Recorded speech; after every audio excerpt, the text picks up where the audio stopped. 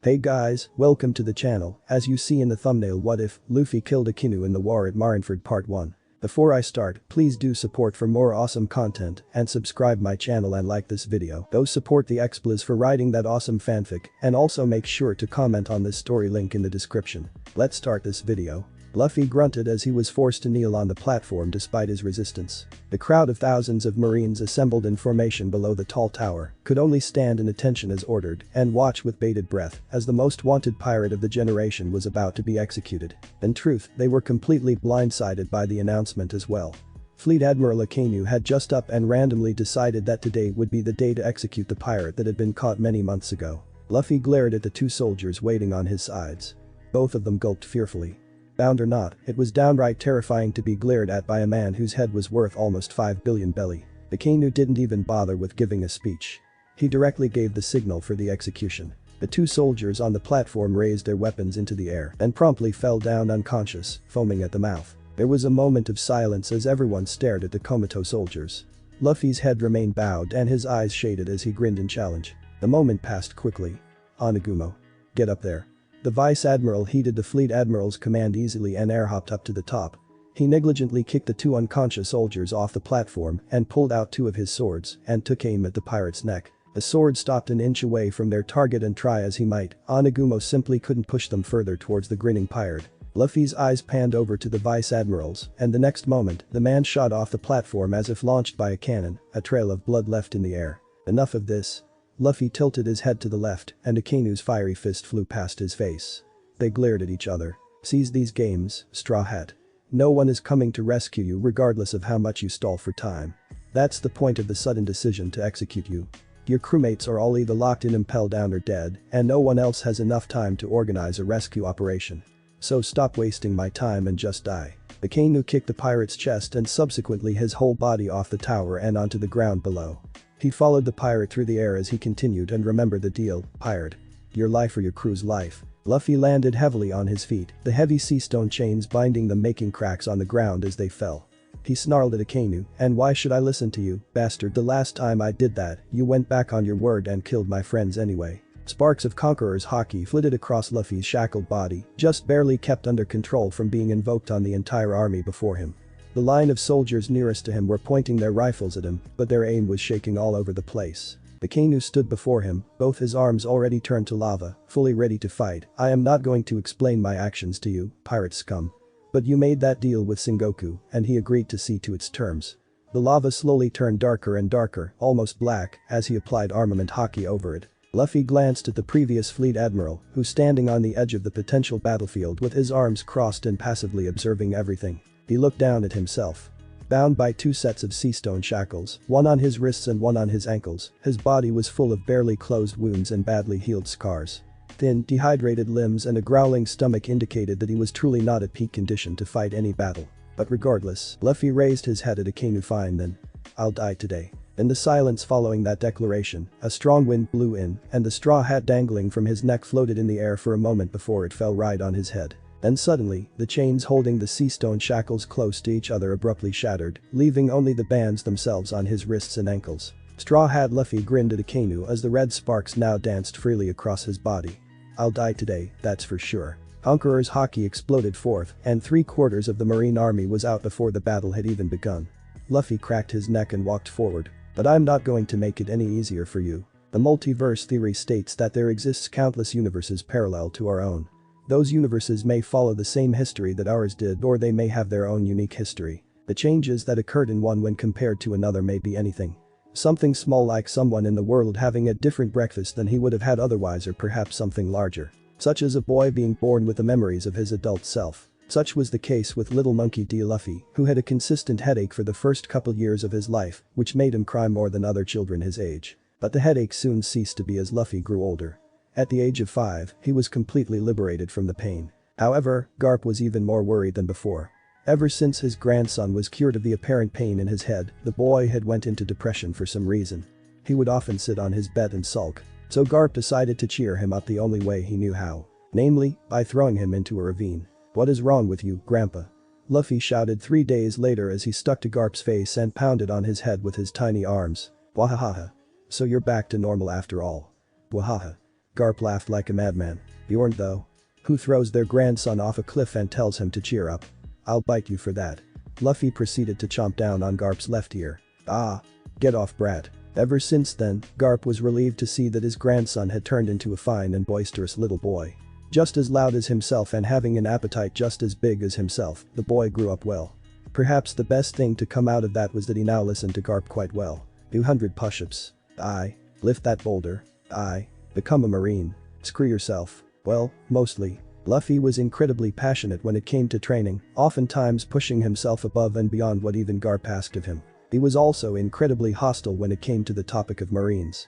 Although he wouldn't say anything when talking about them generally, any insinuation of him becoming one was met with resistance that almost implied that he'd rather die than become a marine.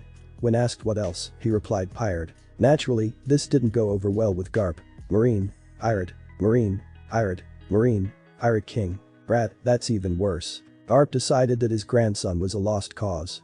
But he trained him anyway, since he sincerely hoped that his grandson would stay safe in the future, even as a pirate. And despite the occasional argument on the topic of marines and pirates, they grew closer and had their moments of serious conversation. Grandpa, who's my dad? Monkey D. Dragon. He's a good-for-nothing whose only good deed was giving me a grandson. Shishishi. Or sometimes, some not-so-serious conversation. Grandpa, what's the D in my name? Do I look like I know I'm not the one who named you? But you have the same thing too. I'm not the one who named me either. Through it all, they became comfortable with each other. And when it was eventually time for Garp to get back to work, he left Luffy in the care of the local bartender, a woman called Makino. Take care of him, Makino. And you better behave, Luffy. I hope you get lost in the desert. Wah, come here, you brat. Makino stood to the side and simply smiled at the two riling each other up. She was relieved that the boy she was looking after had become much happier than the last time she saw him. Eventually, Garp left after some liberal usage of his fist of love, leaving Luffy grumbling while rubbing his head. Sometimes he really missed his rubber powers, not that it would save him from his grandpa's fist. Luffy went back to training afterwards. It had taken him some time to get used to the fact that he had effectively transmigrated into his own body. Once his aching head wasn't a distraction anymore, he had went into depression when he thought about how thoroughly he had failed to protect his crew. That lasted until his grandpa had seen fit to throw him off a cliff.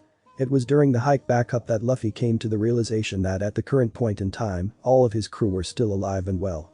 That fact was what ultimately cheered him up and cured his depression. He then easily came to the decision that he couldn't let them down again this time around.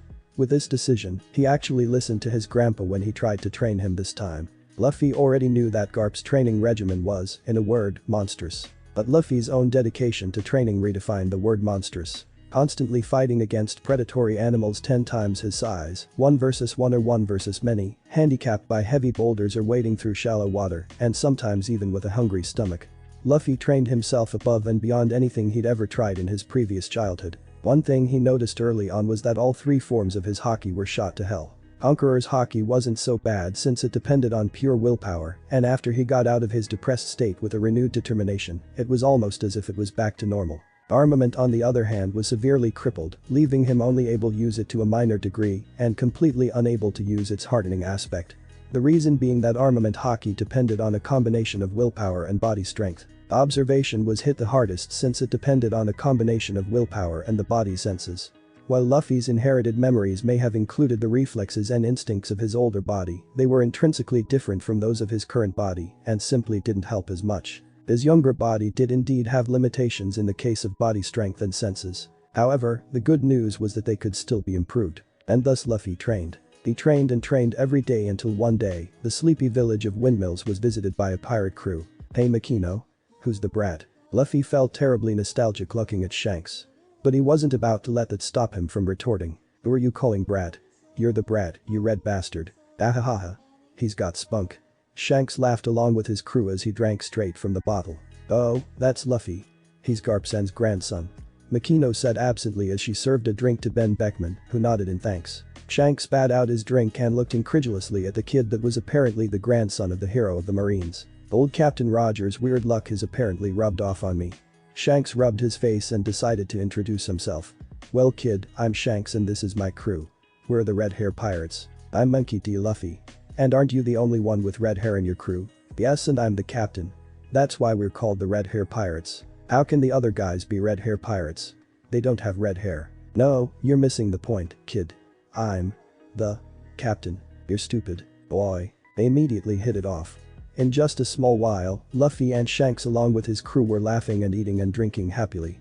Makino made sure to keep any alcohol out of Luffy's reach, despite his attempts to snatch some. Over the next few days, the friendly pirate crew continued to visit Makino's bar and enjoyed their days having strange and funny arguments with the kid there. Luffy had temporarily put his training on hold to spend time with Shanks and his crew. He listened to Lucky Roo's boasts. I once lifted a whale with my own hands and roasted it over a giant spit. It tasted glorious. Whoa. He marveled at Yasop's skill. That was over a mile away. And you still hit it. He. Told ya. He enjoyed Ben Beckman's company. That cloud looks like a chicken leg. It makes me hungry. Haha. Then let's go get some, shall we? Yeah. And he screwed around with Shanks. Take me with you. No. Please. No. I'm brave enough to put a knife to my face. Take me. But stop that, Dumbus. Despite the small incident of Luffy attempting to maim himself, all of them enjoyed the relaxing sleepiness of the windmill village. Eventually one day, Lucky Roo came to Shanks sitting beside Luffy and gave him a box. Here, Captain. Found this nearby. Shanks opened the box and saw a devil fruit. Before he could even decide anything, Luffy grabbed it and was stuffing it in his mouth. Everyone around watched in morbid horror as Luffy swallowed. There was silence. Yuck. And that opened the floodgates. Luffy? Spit it out. Shanks grabbed him and tried to make him gag. What's the big deal? It's just a fruit. Pretty disgusting though. Luffy said with an eager grin as he waited for the effects to show. Shanks either didn't notice or didn't care about the grin on the boy's face as he grabbed his legs and held him upside down and shook him. Spit it out, Luffy. Spit it out.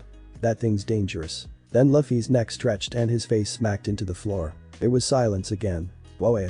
The pirate crew shouted in delight. Read the mood, shitheads.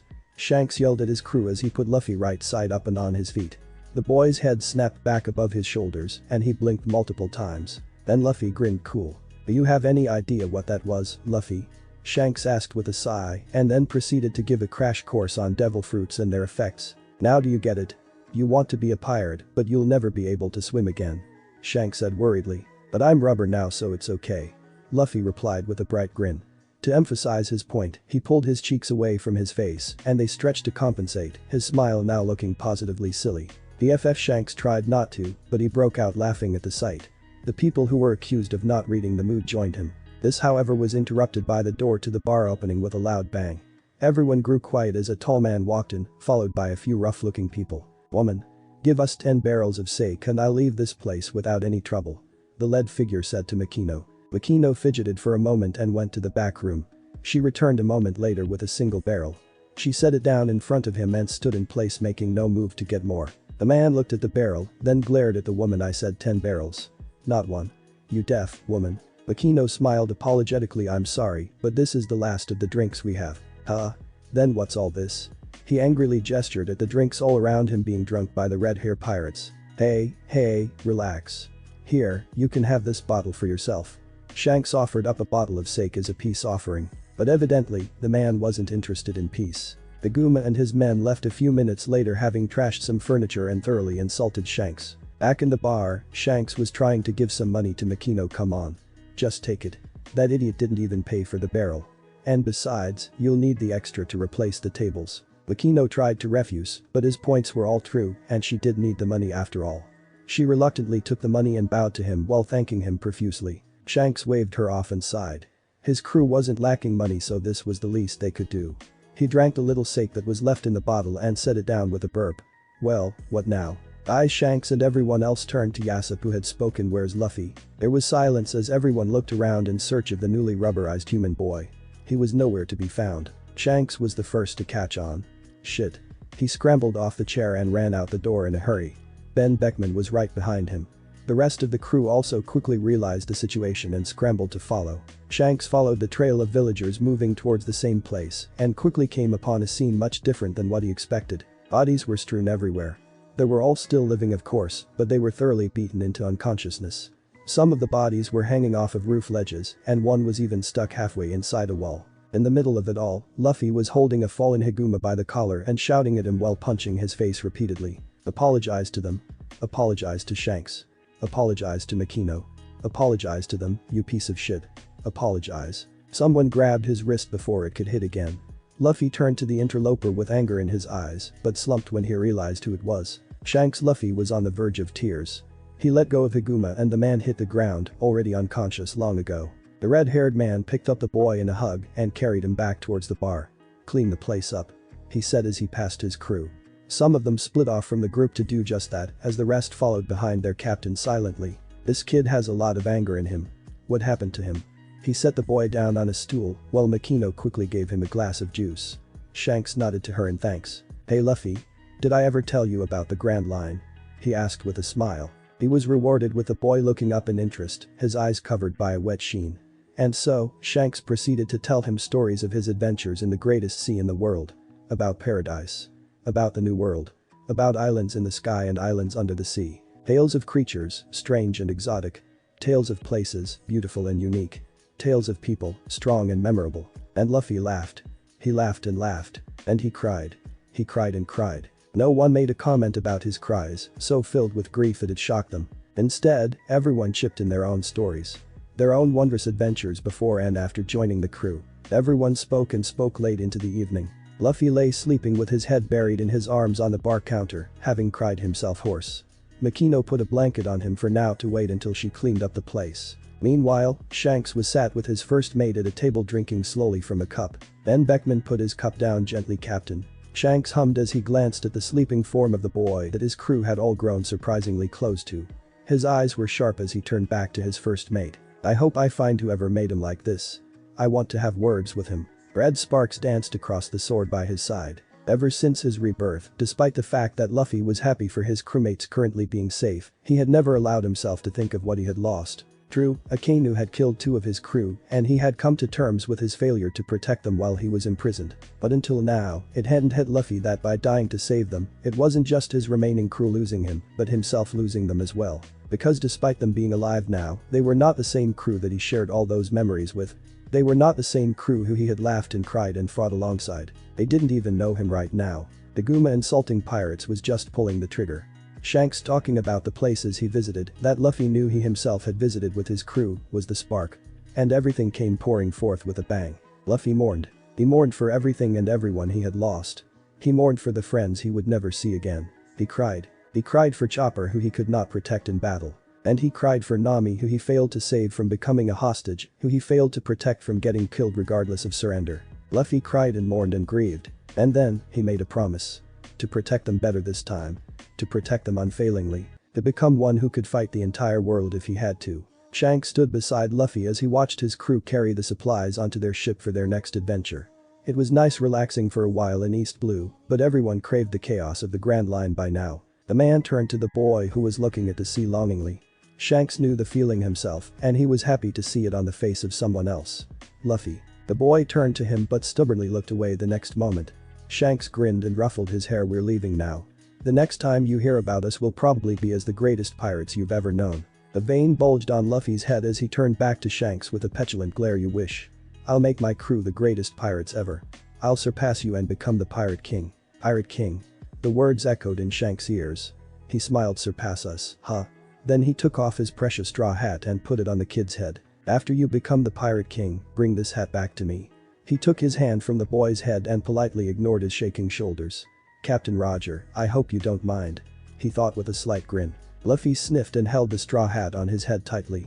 This hat was his only connection to Shanks, but it was also his only connection to his lost past as well. Because he would always be Straw Hat Luffy, be it the past, present or the future. From the very beginning to the very end, his crew would always be the Straw Hat Pirates. A few minutes later, Luffy was waving the Red Hair Pirates goodbye with one hand while holding a paper with the other. "A map of East Blue?" "Sure. Hey Yasop, get me a map of East Blue." Luffy looked at the map and spotted the Konami Islands halfway across the sea from where Dawn Island was. He gripped the map tighter. His vacation was over. It was time to get back to training. "You've grown strong, haven't you, Luffy? Look at all those tiny little abs." Wahaha. Garp laughed loudly as he walked up the mountain trail. Luffy kept pace by his side. Because of his rigorous exercise, Luffy had taken to tying his shirt around his waist since it always got wet with sweat. Thus Luffy was left with a straw hat on his head, a bare chest, shorts on his legs with his shirt trailing behind them like a waistcoat, and sandals on his feet. Luffy thought he looked ridiculous for his age, but he didn't really care about his fashion choice when he was training. And at the current moment, he wasn't thinking about his clothes at all. He skipped next to his grandpa with a grin. He was going to meet Ace now. And Sabo. And Dayton and the guys. It was a family reunion.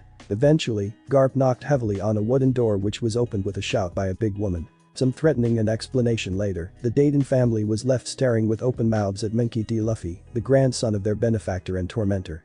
Luffy proudly lifted his chest with a grin and his hands on his waist. He was rewarded by spit on his face for his troubles. Luffy turned incredulous eyes at Ace sitting on a large dead animal. "Did you just spit on me and I was so excited to see you again?" And again, it was Luffy's own fault for expecting a heartfelt reunion filled with tears and laughs. This wasn't the same Ace after all. "Ah, Ace. There you are. This is my grandson, Luffy. He'll be living with you from now on. Take care of him." Garp all but ordered him jovially. "HMPH. Ace turned his head. He was punched off his perch in reply. Ace hit the ground behind the dead boar. He quickly rushed out from behind it and stared disbelievingly at the new kid, casually pulling his stretched hand back towards himself and to its normal length. "What the heck is that?" Ace and the Dayton family shouted in sync. Garp laughed at them all.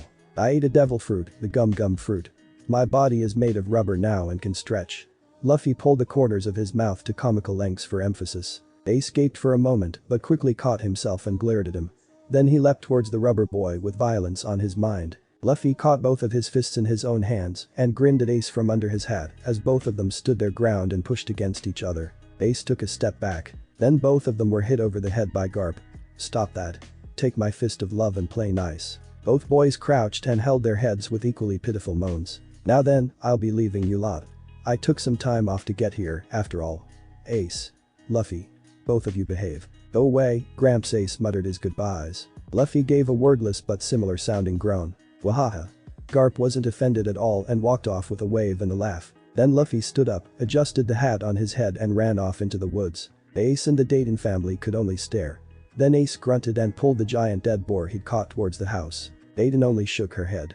"Well, he'll be back when he's hungry," she said and walked inside followed by her underlings. It was a few minutes later that there was a loud knock on the door. "Who is it now?"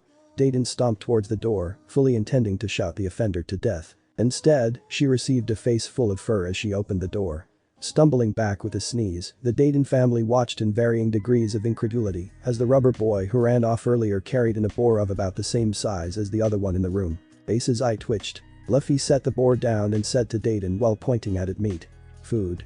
Meat." Curly Dayton rolled her eyes to the sky. "Kill me now, there's two of them." "Stop, Ace. Wait for me. Why are you following me? Go away." "No." Ace jumped from one hanging vine to another as he swung his way through the forest.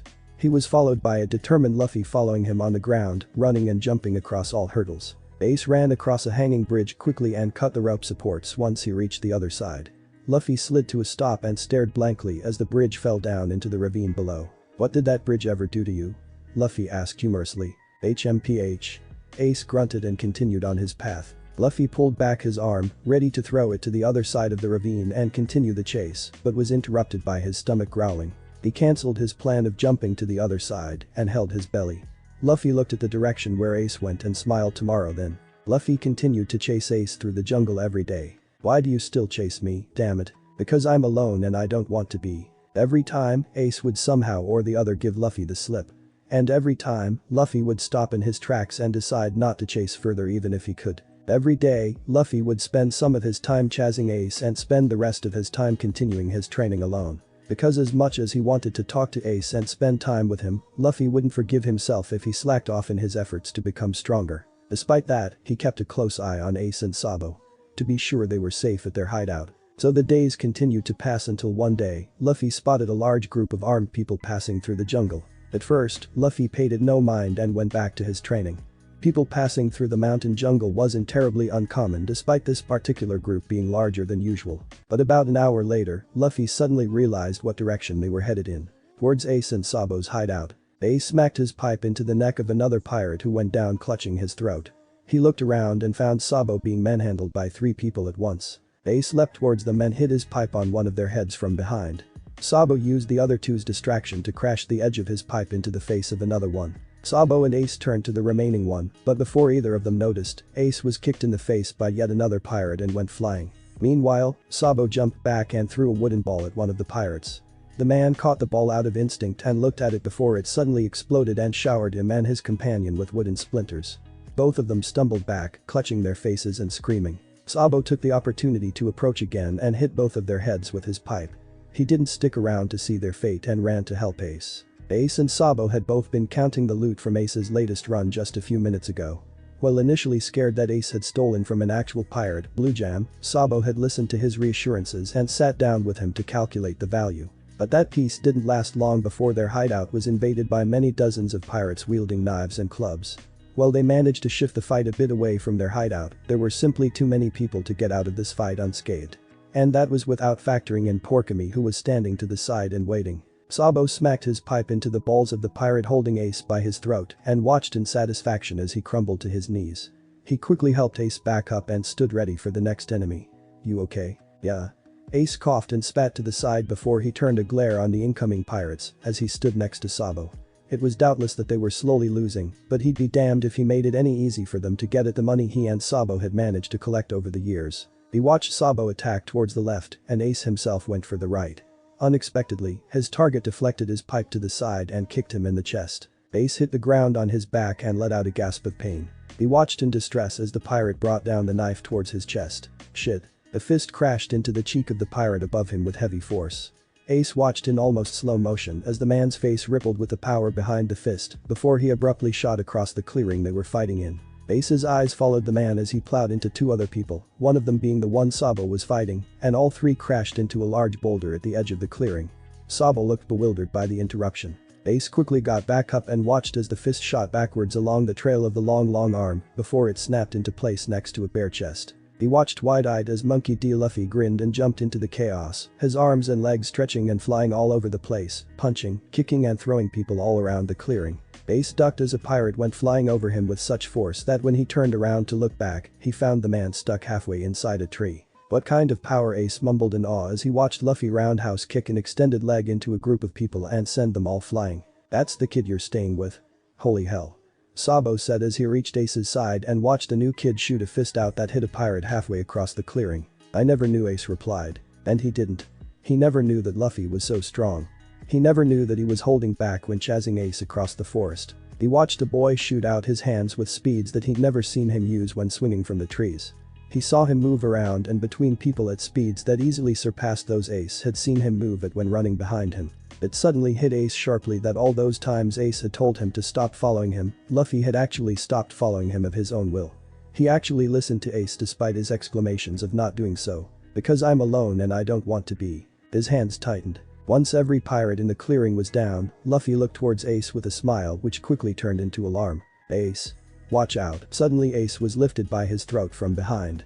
As he gasped for breath, he watched another fist backhand Sabo away. Ace tried to pry the hand away from his throat, but it tightened and left him almost unable to breathe. Luffy dashed towards Porkamy, but stopped when the man tightened his grip on Ace's neck in warning. "Let him go." He snarled at the older pirate. "I don't think so." Porkamy slightly relaxed his grip on the boy's neck. "Who are you? What is your connection to these thieves?" he demanded menacingly. Luffy stayed silent and ready to jump at any opportunity. "Very well. Don't answer," Porkamy said ominously. Luffy's fledgling observation haki gave him just enough time to shift his body favorably before he was suddenly stabbed in the back. He grunted painfully as he spied a pirate with a swollen cheek and a bleeding nose bending over his head and smiling at him. "Sorry, kid. Porkamy sends orders." He wheezed. Luffy backhanded him across the face and sent him flying, this time thoroughly down for the count. He then looked down and saw the very tip of the knife just slightly poking through his front next to his stomach. Luckily, Luffy had had just enough time to shift his body so that the knife didn't hit any organs. But a knife wound was still a knife wound, and Luffy cursed himself for not having advanced far enough in armament haki to instinctively coat areas of impact with it. As it was, he was only able to coat his limbs with it and hit people harder than he'd otherwise be able to. Luffy looked up at the enemy pirate once more with a glare. The man smirked at him. "Our job was to only find and get the blonde brat. You two, however," he pointed at Luffy with the struggling Ace in his hand, "are expendable." Ace witnessed Luffy's eyes suddenly sharpen to an unbelievable degree. "At your dirty hands," Ace saw red sparks jump across the boy's body. "Off my brother." A wall of force exploded out of his body, and Ace watched as the grass between them bent in his direction as a wave of something rushed towards him. Ace closed his eyes in trepidation. He felt a gentle breeze. He waited and waited. But nothing happened. As he slowly opened his eyes, Porkamy's grip around his neck abruptly loosened, and Ace suddenly fell down with a yelp. He landed on the ground on his feet but had to quickly scramble out of the way as the giant man behind him fell forward on the ground. Ace panted as he looked at the pirate whose eyes had rolled up into his head and was clearly unconscious. He then looked towards his presumed savior and saw him pulling out the knife stuck in his back with gritted teeth. "Luffy?" Ace ran towards him and caught him just as he tipped forward and almost fell. "Sabo," he turned and looked at the blonde boy who was slowly getting up with a hand holding his cheek. "I'm okay. Just a bad bruise in the making," Sabo said as he stood up and shook his head. "Great. Go get the kit." "Luffy was stabbed," Ace said hurriedly. The word shocked the blonde boy into cognizance and he quickly made his way to their hideout to get the first aid kit they'd assembled. "I'm fine, no biggie." Luffy grinned slightly as he held onto Ace with a hand on the wound on his back right. "No, you're fucking not. That's a stab wound, you dumbass. Not a fucking bruise," the freckled boy shouted in consternation. He sighed in relief as Sabo brought the kit they used to store bandages and other medical stuff they'd found. Luffy grinned but stayed silent as the other two boys focused on cleaning the wound on his back as best as they could before tying multiple layers of bandages around his waist. Ace clapped his hands and looked at the job well done as Sabo put the remaining bandages back in the kit. "All done." Luffy looked at the bandage around his waist and groaned at seeing the shirt hanging from his waist, having gotten drenched with blood. "Well, at least it isn't torn. I can't stitch if my life depended on it." He turned left and right to see how much it hurt. Ace hit him over the head and shook a fist at him. "Don't move, stupid. We just stopped the bleeding. Don't go opening it up again." "Shishishi, sorry," Luffy said with a smile and a head scratch. An awkward silence fell as no one knew what to say next. "Sabo? Are you okay? Your face is swelling," Luffy suddenly shouted in worry. "Ah, it's okay. It hurts a little, but I've had worse." Sabo looked at him curiously. "By the way, how do you know me?" Luffy crossed his arms. "Of course I know you. I found you guys in your hideout a long time ago." "Really?" Ace asked doubtfully since he was sure that Luffy had never followed him all the way. Sabo just blinked in surprise. "Yes, really. Who do you think left you that boar that one day when both of you were too busy to hunt?" Luffy asked with puffed cheeks. "That was you both?" Ace and Sabo burst out in surprise. "Of course it was me. Who else did you think it was?" "I just thought it was Ace," Sabo said with a shrug. "I thought it was Sabo," Ace said with his own shrug. There was another silence as Luffy stood pouting with his arms crossed. "Did you mean what you said?" Ace asked softly after a moment. "About what?" Luffy tilted his head. Ace gripped his hands tighter. "You called me your brother," he said almost accusingly. "Because you are," Luffy said as if it was a fact. "It's not that simple," Ace shouted in anger. "Just because we're living together doesn't make us brothers. Do you even know who my father is?" he yelled. Ace panted as he vented the emotion he'd built up through this entire battle. The frustration of almost losing a fight and then watching someone younger than him beat back the enemy single-handedly culminated in an outburst directed at an entirely different topic. Sabo stayed silent and watched them. When Ace looked at Luffy for an answer, he saw him looking unimpressed. You're Ace and that's all I know or care about. Grandpa put us together and we're living together." Luffy then stomped right up to Ace's face and glared at him. "And why should I even care who your father is?" Ace stumbled back in shock. He stared at Luffy as the words repeated themselves in his head again and again. He fell on his butt as he tried and failed to see any hints of trickery on the rubber boy's face. "So you're now my brother? And you get no say in the matter?" Luffy suddenly turned and pointed at Sabo and Sabo. "You're my brother too, so don't get any ideas." Sabo put his hands up in surrender with a smile. Ace stubbornly looked away and muttered whatever. Luffy put his hands on his waist and grinned at his success. Sabo clapped his hands once. "How about a round of introductions? I'm Sabo and I'm gonna be a pirate. I'm Monkey D. Luffy and I'm gonna be the Pirate King." Luffy jumped on the topic. "Dream on, I'll be way ahead of ya. Pork is D. Ace, future pirate," Ace said as he got up and dusted off his shorts. Then he smirked at Luffy. "For the record, my father is Gold Roger, the last Pirate King and world-class criminal," he ended bitterly. "Oh. My dad's the leader of the Revolutionary Army, Dragon. He's a criminal too," Luffy said as if completely unbothered by both of their respective parentage. Ace and Sabo stared at him. Luffy gave them a bright grin. A random pirate groaned. Ace laughed. "What? What the hell did you do, Sabo? Where were you?" Ace yelled in surprise as he jumped over a wolf that dashed his way. Stepping on its back, Ace jumped again while hitting its head with his pipe. The wolf's head crashed on the ground and the beast slid forward on the mud. "I may have accidentally, ever so slightly touched her baby," Sabo replied as he ducked and slid underneath a wolf while knocking its lower jaw with his pipe as he passed by. The wolf stumbled unsteadily and fell down with its limbs spread. "Damn it. Why did you go and do that? And why did you lead it here? And where's Luffy?" Ace paused and looked around. His eyes bulged as he spotted the rubber boy. "Luffy. Get your head out of that thing's mouth. What are you doing? I swear I saw something shiny in its mouth. Luffy replied as he kept both his legs on the alpha wolf's lower jaw while he held its upper jaw with one hand. Standing in the open mouth of the beast, Luffy used his right hand to fumble in search of something deeper. The poor beast stumbled around trying to close its mouth desperately but being completely unable to. What do you mean something shiny? Its damn teeth, Ace shouted in exasperation as he leapt out of the way of a wolf that attacked him from behind. Sabo instead shoved his pipe inside its mouth and the wolf gagged and recoiled with hacking coughs. Well, I don't, aha. I see it. Luffy yelled in delight as his target gleamed in the light once more.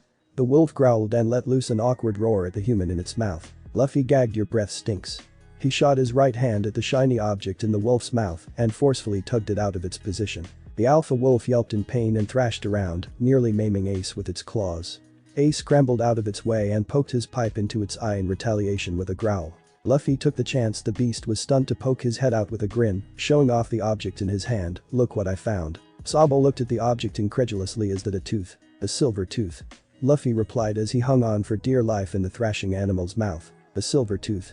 I've heard of rich people having a golden tooth but a silver tooth. And that on a wolf?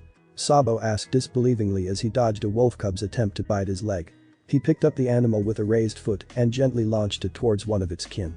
The dashing adult wolf abruptly stopped and stood on 2 feet and used its belly fur to cushion the impact with the cub. Sabo marveled at the animal wonder while Ace kicked the side of another wolf as he yelled in annoyance. Why a silver one? Can't you have found a golden one, Luffy? Hey, don't blame me. Blame the wolf for being too poor to afford one. Luffy said as he jumped out of the beast's mouth and made a sliding landing on the mud. The alpha wolf finally closed its slightly bleeding mouth and growled. Then it dashed towards the rubber boy with a roar. He grinned and tossed a bloody silver tooth in his hand into the air.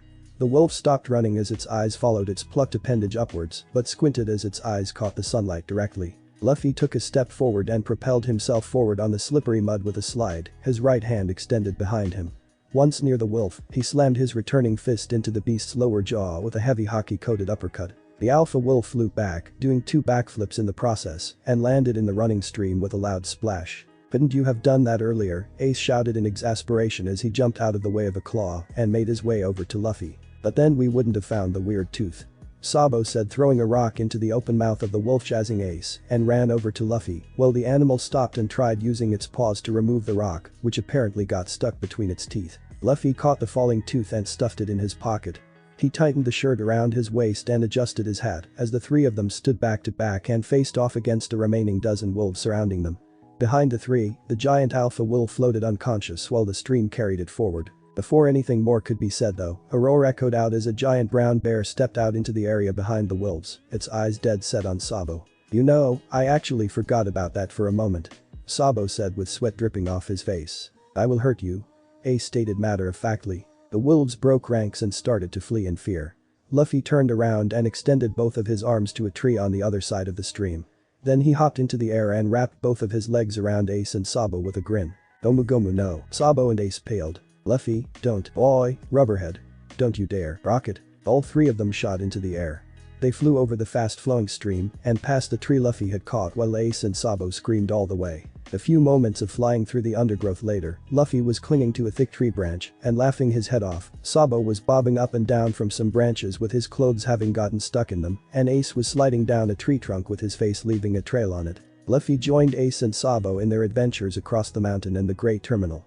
The 2 old friends considered his entry as both a boon. Well, that was easy. Yeah, they didn't put up much of a fight. I'm hungry. And a bane. Why did you feel the need to go bother an entire swarm of honeybees? I'd like to know that as well, Luffy. I was hungry. But throughout it all, they had more fun together than ever before. And along the way, the older 2 were inspired by the things their younger companion did. Luffy Sabo started slowly as if talking to a toddler. Why exactly are you carrying that boulder on your back? Training. Luffy said as he jogged in wide circles around their hideout. Sabo stared at him blankly. Gramps is a really bad influence on you, Luffy. Ace mumbled as he sat down and cleaned his trusty pipe with a cloth. I'm still stronger than both of you. Luffy exclaimed as he made another lap. Ace's eye twitched. Sabo, you remember that abandoned stone mine nearby? Stone quarry. Sabo corrected absently. Yes, what about it? Yeah, that. Let's go get some boulders. I remember seeing ones even bigger than the tiny ones he's carrying. Ace said snidely as he pointed with his thumb at Luffy, who was carrying a boulder about as big as his entire body. Sabo put his face in his hands and groaned. And as time passed from days to weeks to months, the three of them grew much closer to each other. From today on, the three of us are brothers. You've always been my brothers though. Well now, it's official. The three sipped the sake from their cups. They all gagged in unison. This continued for a long while. Until one day, things changed. You alright up there, Luffy? Sabo asked worriedly. Yeah. Luffy wheezed as he pulled his body upwards from the hanging sit-ups he was doing on a tree branch with a boulder tied to his back. Alright then, Sabo replied. He knew nothing would happen even if Luffy fell, considering that he was rubber, but he couldn't help but worry anyway. He heard a rustling on the side and watched as Ace slowly walked towards them with his head down. Ace? What's wrong? Bad run today? Sabo asked with a supportive smile. Ace instead lifted his head and glared at him. Then he stomped towards the blonde and grabbed his collar and yelled in his face, when were you going to tell us you were a noble? Sabo froze. Luffy stopped his exercise and hung upside down as he watched the confrontation attentively. The blonde boy tried to feign ignorance out of instinct. What are you talking about? Ace gritted his teeth and shook the other boy. I went to the city today to meet a fence. And when I'm coming back, I hear an old guy and a lady talking about how their poor little Sabo has lost his way and that they'd have to send more guys to go and get him. He tightened his grip. The lady was blonde. Sabo didn't know what to say. It was pure bad luck that struck him and he didn't know what to say to redeem himself. He looked down at the ground in silence. Ace took his silence in a negative way. So you were never going to tell us, is that it? This he gestured at the hideout is all just a way to pass the time, is it? Were you going to quietly slip away one night without any of us knowing? Was all this just a game to you? He yelled. Well, why don't you spare us the pain and worry and just go away now? Ace started in anger. The fist crashed into his cheek hard and Ace's head hit the ground and bounced. A giant crash resounded as the boulder on Luffy's back hit the ground as he stomped his way to Ace and pulled him up with a glare. Are you stupid? Do I have to beat some sense into you? He's our brother. You'd be angry too if you found out your brother has been lying to you for years. Ace shouted in retaliation. No, I wouldn't. It was his secret to tell and even if I knew, I'd wait for him to tell me himself. Luffy yelled back. Ace seemed frozen by the words and didn't reply. Sabo, when Luffy turned to his other brother though, he found him running away into the woods. Luffy let go of Ace and shouted at him. Sabo. Come back. Sabo. But he didn't come back. And as Luffy watched him go, he saw tears falling to the ground behind the running boy. Luffy made up his mind and put his hands next to his mouth and yelled. Sabo. We'll be right here, okay? We'll be waiting for you. Sabo. We'll be waiting for you. Sabo didn't turn back. Luffy slumped as he watched the blonde boy leave his side and sighed. He turned to Ace who was lying spread eagle on the ground and looking at the sky blankly. I messed up, didn't I? He asked glumly. Yes. Yes you did. Luffy replied, feeling down. Luffy laid next to Ace in the Dayton family's house with his arms behind his head, his hat on the floor next to him. It had been a few days since Sabo had ran away. At the moment, Luffy was thinking back to his previous life. To be honest, Luffy's memories regarding his previous life were spotty, and as for memories of the time when he was a kid in that life, he almost didn't remember anything. Only memorable things like his time with Shanks, becoming brothers with Sabo and Ace, Sabo apparently dying, and Ace's promise to never die remained in his head. Luffy closed his eyes and turned to the side to get some sleep. It didn't work. The rather significant memory from his previous life kept bothering him. He knew the event and it was indeed significant in many ways, but Luffy tried to deny that it would happen again, since he and Ace weren't involved this time. But it bothered him because there were any number of ways that it could happen again. Luffy sat up in a cold sweat as the memory repeated itself in his head. As much as he hoped it wouldn't happen, he knew it was a fool's hope. He put his hat on his head as he went outside to get some fresh air. Luffy sat down and leaned his back on a tree. He pulled his legs up and put his head on them as he stared at the evening sky. Screams echoed everywhere as the fires roared ever louder. Luffy closed his eyes and shook. A hand landed on his shoulder. His eyes shot open and he turned his head to see Ace sitting next to him with a frown. What happened? Ace asked in worry. Luffy lowered his head and stayed silent. Tell me, Luffy. What happened? Ace shook him. Luffy sighed as he looked at the sky again. I had a dream. His brother stayed silent as he waited for him to continue. I saw the Great Terminal burn. He said blankly. The entire Great Terminal, all the trash heaps, the broken down houses, all the people. I saw them burn. Ace's grip on his shoulder tightened. And the nobles closed the gates and ignored them. Sabo sat in silent shock as he listened to his parents casually discussing the deaths of hundreds of people. It had been a few days since he had returned to his family, and while Sabo spent the time getting used to the house once more, he ruminated on his decision to return in the first place. Part of Sabo whispered to him that he came here because he was not wanted where he had been and that he'd have had to leave them eventually. But Sabo knew enough about himself to know that it was a lie. It had been to protect them, he knew. After coming back, Sabo had learned that his parents had indeed been planning to send another group of thugs to go and get him after Blue Jam's crew failed to do the job. And Sabo's first instinct had been to demand that they stop their plans as long as he agreed to stay here. Because as strong as he knew his younger brother to be, Sabo didn't want to test his odds on an actual large pirate crew. If that could be prevented by him just listening to his parents, Sabo would do it happily. But now, Sabo returned to his room and stared mutely at the wall, not knowing what to do. Soon, hundreds of people were going to die in the name of cleaning up the trash. And he was here, sitting in a shining room filled with expensive antiques. Sabo thought hard about what he was going to do now. "We'll be waiting for you." He made his decision. Ace stared ahead blankly for a long while before he was interrupted by a nearby bush rustling.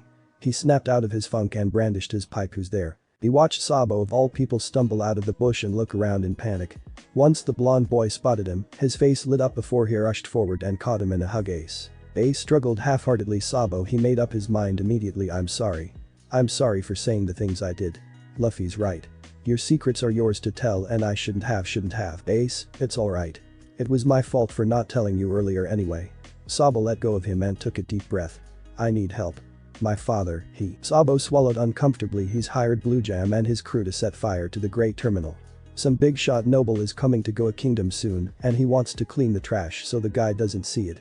His hands tightened. He wants to burn everything and everyone in the Great Terminal alive just because he trailed off when he saw Ace frozen on the spot." "Ace." The other boy remained wide-eyed as he slowly turned. Sabo looked at the direction he was facing and saw Luffy sitting next to a tree, his straw hat covering his eyes. Ace couldn't even muster up the proper words in his shock. Sabo looked between the two in confusion. Luffy lifted his head and gave them a focused look. "Wake Dayton." He held his hat as he stood up and dusted off his shorts. "Let's go save some people." "What? What's going on?" "Damn it, you bastards. I was sleeping so peacefully. What's the big deal? Why are we being gathered?" The people of Great Terminal stumbled sleepily as they were forcefully awoken and pulled out of their homes by small kids and mountain bandits alike and told to go to the biggest clearing in the area. As they arrived at the biggest open area in Great Terminal, they saw almost everyone else living in the terminal having come there as well. And in front of everyone, on a small hill, stood the ringleader of the entire affair. "Hey Ace. What's the big deal, you midget? You wanna die?" Damn brat, waking everyone up for his childish games. Ace ignored the people complaining and took a deep breath. "Shut up," he yelled, and the people grew silent as the words echoed around them. Several people shot him a glare carrying violent intent. But Ace ignored those glares and spoke. "There are bombs placed all around the Great Terminal," he said, loud and clear. There was silence at the declaration. Before anyone could speak their minds, Sabo standing next to him spoke next. "A big shot noble is coming to Goa Kingdom in the next few days. The nobles of Goa have decided to burn down the Great Terminal to clean up the trash and show a clean image to the visitors." Luffy took a step forward and shouted, "They've hired pirates to do their job. The Blue Jam pirates have already placed bombs around the Great Terminal. And the guards at the city gates were ordered to keep the gates closed so no one gets away." Luffy's eyes suddenly twitched. The gunshot sounded as everyone watched in horror as the young boy's head shot back with a bullet. Ace and Sabo turned to him in alarm. The crowd collectively turned and saw the pirate Blue Jam holding a smoking gun in his hand, aimed at the boy who was just shot. He grinned cruelly. "Loudmouths, aren't you? Should've just stayed quiet, kid." He blew on the smoking barrel. "Who's next, I wonder?" he said as his eyes roamed over Ace and Sabo while his crew assembled around him. Dayton stood shocked for a moment in the front of the crowd before her face twisted and she yelled, "You? I'm gonna." Was that supposed to do something? A young voice cut through the crowd. Almost everyone watched in shock as the boy who was shot slowly brought his head back ahead and the bullet stuck in the boy's forehead, popped out harmlessly and fell down. He cracked his neck and glared at the shocked-looking pirate, his eyes as menacing as the time Ace and Sabo had seen him confront Porkami. "You put everyone's lives in danger, including your own, and you came here to brag about it." Luffy showed his teeth. "You're annoying." An invisible power pulsed through the air in a wave and crashed into the entirety of the Blue Jam pirates. Their eyes rolled up into their heads before they fell to the ground haphazardly. There was silence as everyone witnessed the spectacle before Sabo shouted once more, "Hurry. Get your important stuff and run into the forest." And right on time, multiple loud explosions rang through the air as different areas of the Great Terminal started to catch fire. The gathered people immediately realized the severity of the situation and started running. Some of them even shouted words of gratitude towards the three brothers and the mountain bandits as they ran. Old Aiden busied herself with turning Luffy's head left and right to make sure he wasn't hurt. Sabo sighed and held his face while Ace put a hand on his shoulder. "We did what we could," Ace said. Sabo nodded and looked up. "It's all we can do." The next morning, some soldiers of the kingdom combed through the mounds of ash as workers poured in behind them to clean up the area. There are much fewer corpses than I thought there would be. One said as he moved a fallen beam to the side and looked at the burnt husk of a man dispassionately. Reckon they all got burnt to ashes? Another asked casually. Probably not. They must have run away into the forests at the first sign of trouble. The first one said as he left the husk to be dealt with by the workers and moved forward. Not our problem. The leader of the group said as he walked in the front. Everything's burned and the trash is gone. That's all we care about. Most of his followers nodded enthusiastically, but some of them kept their heads down and stayed silent. Later in the evening, Sabo quietly packed various things from around the hideout in a bag. A few moments later, he stood in front of the hideout and looked at it with emotion. This place had been his home for many months and years now. Sabo reminisced about the various memories, good and bad, that had occurred in this place and smiled. Sabo had been so alone the first few weeks after he'd run away from home, but after he'd met Ace, his days had been so much more fun. And after Luffy had come along, they had been positively unforgettable. Brothers? Sabo smiled at the hideout and turned around. He ended up staring straight at Luffy and Ace standing right behind him. Sabo froze, the bag on his shoulder feeling much heavier than before. He shrugged it off and tried to smile. You should put on your shirt at night, Luffy. It gets pretty cold, you know. Luffy stood silent with his arms crossed and looking at him. Ace stood next to him as he stared at the bag on Sabo's shoulder accusingly. How come you guys are here? Shouldn't you be asleep? Sabo asked softly, not making any move to hide the bag. Ace looked at him blankly. Luffy had another dream. Sabo grew worried for a moment. One like last night's. Did he see the future? Is something going to happen again? Luffy replied in Ace's place. I saw you leaving. You made use of the distraction tomorrow when the noble visits to slip away on a boat. The bag on Sabo's shoulder felt heavy again as he stared wide-eyed at Luffy. The noble shot you and you died. The bag slipped off his shoulder and fell to the ground. Ace stepped forward and grabbed Sabo's collar. He wasn't even able to glare anymore as he just held the boy loosely and spoke tiredly. It's true, isn't it? I didn't believe it when Luffy said so, but I wanted to make sure. His hands loosened as they fell to his side limply. You're leaving, aren't you? Sabo stayed silent and looked at the ground. Why? The blonde boy scratched the back of his neck and spoke slowly. I don't want to go back to my parents. But as long as I'm with you guys, he'll keep sending people to get me. You guys will always be in danger as long as I'm around. So I thought. So you thought if I went away, they'll be safe, is that it? Luffy spoke up. Sabo didn't reply. Is us being brothers a joke? Luffy, you don't get it. There are guys stronger than even you out there, and we won't be lucky forever. Sabo shouted in frustration. So your brilliant plan is to run and leave us alone, without even a goodbye. I'm sorry for not saying goodbye, but what's wrong with running for once? You'll die. At least I'm going to die on my own terms. Sabo shouted before suddenly being tackled into the ground by Luffy. Boy Luffy, calm down. Ace said as he tried to hold the rubber boy back from punching the blonde. Stop being so selfish, damn it. You think everything will be over when you're dead? Think of the people you leave behind. Luffy yelled as he struggled in Ace's hold. Why do you think I train so much? It's so this kind of stuff doesn't happen. It's so I can protect my friends and family. So they don't need to do this kind of shit to protect me. Luffy panted as he went limp in Ace's arms. Memories of Robin sacrificing herself to CP9 to protect the crew ran through his mind. Because she was scared they couldn't protect themselves from the world government's wrath. Because he was weak. Sabo lay frozen on the ground as his younger brother's words echoed in his ears. Ace felt just as limp as the boy he was holding after listening to him. Just believe in me, Luffy muttered with a sniffle. I'm not weak. I can train more. I can be even stronger. I can protect you. Tears fell from his eyes onto the moonlit ground below. Don't leave me alone. It struck Sabo in that moment how lonely his younger brother looked.